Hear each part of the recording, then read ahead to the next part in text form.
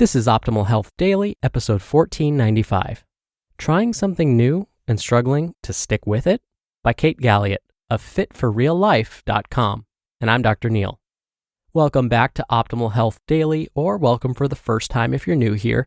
This is the podcast where I act as your very own personal narrator and read to you from some of the most popular health and fitness blogs online. Now, before we get to today's post, don't forget, for more inspiration, motivation, quotes, giveaways, and more, make sure you're on our mailing list, which you can find at oldpodcast.com. But for now, let's keep this intro nice and short and get right to today's article and start optimizing your life. Trying something new and struggling to stick with it? By Kate Galliett of fitforreallife.com. I stuffed my pocket full of juniper berries and branches as we hiked back to the trailhead. This is not an uncommon thing for me to do when it's summertime and there's lots of delicious things growing that I can use to make a wild soda. These'll be good, I said to myself. And indeed, the juniper berries I'd brought home smelled divine when I mixed them with apricots from our tree, slices of lemon, a bunch of raw honey, and distilled water, and then set them outside in a glass jar to soak up the heat in the sun. This is the basic concept of a wild soda. You take a bunch of stuff that has wild yeast in it, mix it with raw honey, water, and put it somewhere warm for a period of time. Along with sodas, I've made salsas, jams, and other goodies from nature's bounty. And during all this time spent making things, I got to thinking about the lessons that come with trying something new. Do you have to try new things? You don't have to try new things, but you'll never branch out of your current existence if you don't. To take care of your body so it's strong, resilient, and capable of whatever you ask of it, or as I call it, becoming unbreakable, means you must be willing to try new things. The journey of body care is one that lasts a lifetime, and there will be no shortage of new things to take on during that time. For you, the new thing might be learning to set a healthy habit or learning a new form of exercise. For someone else, it might be learning to listen to their body instead of ignoring it, or learning how to rehab an injured part of their body. But trying new things and sticking with them can be downright difficult. It can bring up feelings that don't feel so good, feeling like a failure, like a newbie, or just the uncomfortable feeling of knowing that you're not good at it yet. Even though it's true that if you're doing something new, of course you're not going to be good at it yet, it still doesn't make it feel any better. So, what's a person to do? The hardest part of fitness is trying something new. Here's how to make it easier. To help yourself try new things that will help you, whether in fitness or otherwise, there is something very simple you can do.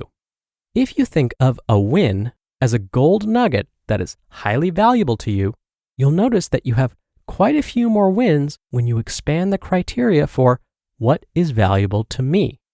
Put another way, if the only way you win is by achieving the end goal that may be weeks or months away from happening, that's going to be tough to stick with.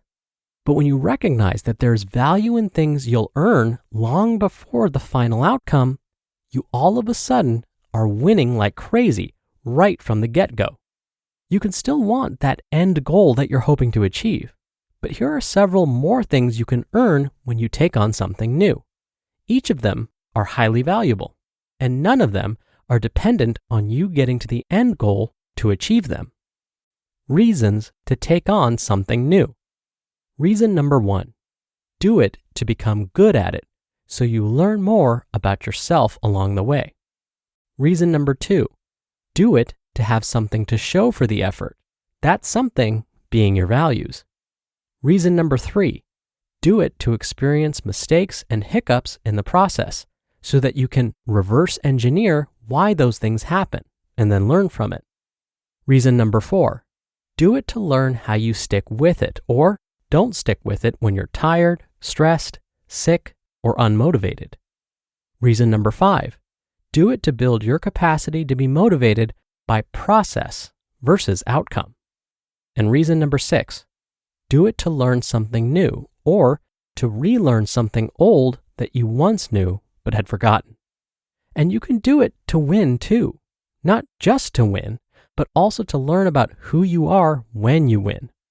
There are a vast array of valuable things you can earn when you try something new, but only if you are willing to recognize the value in things other than outcome. You just listened to the post titled, Trying Something New and Struggling to Stick With It by Kate Galliett of fitforreallife.com. Dr. Neal here for my commentary. When it comes to our goals, one of the most discouraging experiences is feeling like we'll never reach them. This is why focusing only on results can quickly lead to heartache.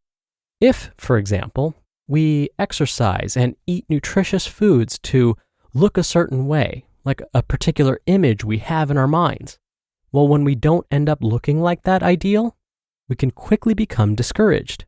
Feeling discouraged may lead to us asking ourselves, why did I put myself through that, especially when I have nothing to show for it? Now, don't get me wrong. This isn't to say we should never set goals for ourselves. Or, as Homer Simpson would say, we've learned a valuable lesson here today. Never try. Instead, it may be helpful to focus on small wins first, the small wins we experience on the journey towards reaching our goals. For example, we could take a moment to feel pride in being just a bit better than we were yesterday, because these little wins start to add up and eventually become big wins. All right, that'll do it for today. I hope you have a great Tuesday. Thank you so much for listening. I'll be back here tomorrow as usual, so I'll see you there where your optimal life awaits.